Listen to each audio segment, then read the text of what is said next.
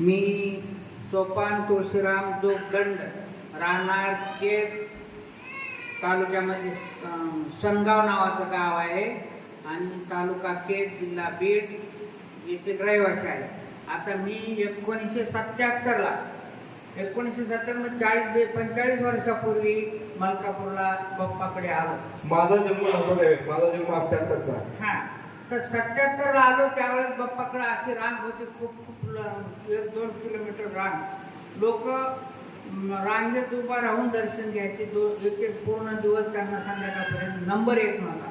मग मला माझ्या पत्नीला नेहमी आवर्षण व्हायचं, मला मुलबाळ म्हणजे होत नव्हतं, तर त्यासाठी मी आल्यानंतर मग आम्ही भेटलोच महाराजाला. भेटल्यानंतर महाराजांनी ते वल्ली दिली आणि सांगितलं तुम्हाला मुलगा होईल आणि 9 महिन्यांनी या, मुलगा झाल्यावर मुलाला घेऊन या. आणि खरंच त्यांचा अनुभव म्हणजे सत्य झालं. आवर्षण काय झालं नाही, मुलगा झाला आणि मुलाला घेऊन आम्ही आलो. आल्यानंतर आम्ही त्यांची सेवा जवळजवळ सोडलीच नाही. 45 वर्षापासून आमची दररोज सुभाष दत्ताची आरती असायची. तर त्यांचे चमत्कार आम्ही एवढे डोळ्यानं पाहिलेत. गाया असायच्या, अशा गाया जर आल्या, पहिलं बाप्पा माणसाच्या गाईला बघायची. गाईला का तर दूध देत नव्हती, धार काढू देत नव्हती. बाप्पाने काय करायचं, बाप्पाने पाठवून हात फिरवायचा गाईच्या आणि थाप मारायची पाठीवर. ते ताबडतोब त्या ह्याला सांगायचं काढ आता दूध. ते वासरू प्यायचं आणि दूध निघायचं.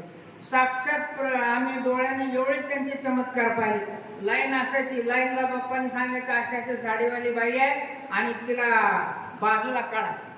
म्हणजे ती बाई दोषी झालेली, बाप्पाने तिथं त्यात बसून सांगायचं आणि ते मग चोपदार जायचे, त्या बायाला बाजूला काढायचे.